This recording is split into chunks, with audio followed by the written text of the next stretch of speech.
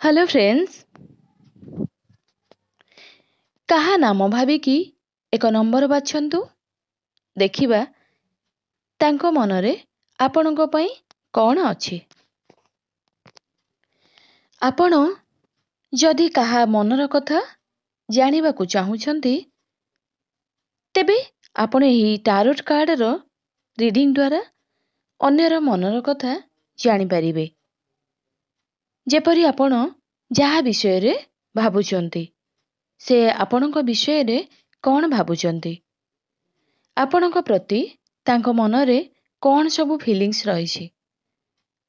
एहाकु सबु जानिबा पई आपणको दिया जाइथिबा 1, 2, 3 और 4 नंबर मध्यरु कौनसी गोटिए नंबर को बाछि तांको मनर कथा जानि परिबे। जहा मनर कथा आपण जानिबाकु चाहुचंती। 1 रे आपण जहांको मनर कथा जानिबा पई एही नंबर को बाछिचंती सेही व्यक्ति आपणको विषय रे भाबंती जे आपण निज कैरियर को नै बहुत सीरियस अछंती, हेले हुए तो एबे आपण टिके सेथि प्रति अवहेला करूचंती।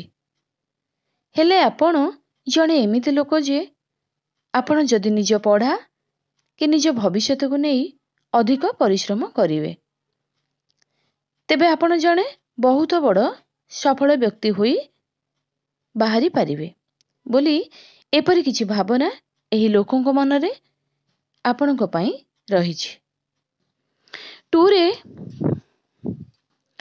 आपण जहांको मनर कथा जानिबा पई एही नंबर को बाछिचंती सेही व्यक्ति आपणको विषय रे भाबंती जे आपणको सह बंधुता करिबा एते भी सहज नुहे, कारण आपण अति शीघ्र काहा सह संपर्क बनाई थांती।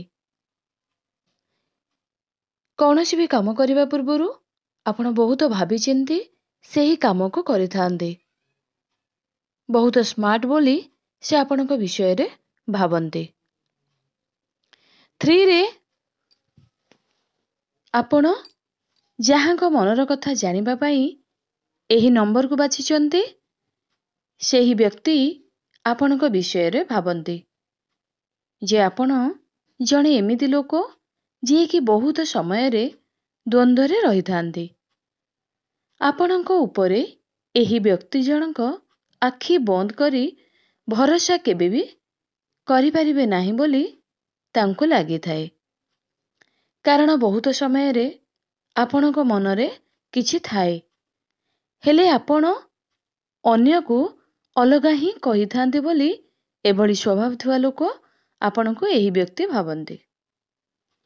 4 रे आपण जहांको मनर कथा जानिबा पई एही नंबर को बाछिचंती सेही व्यक्ति आपणको विषय रे भाबंती। आपणको जीवन रे एमिति सब परिस्थिति जाइछि जहा आपणको बहुत दुख देइछि। आपणको अतीत जहा भी हेइथाउ हेले आपणकर भविष्यत बहुत भल रहिछि बोली एही व्यक्ति जनक आपणको विषय रे भाबंती।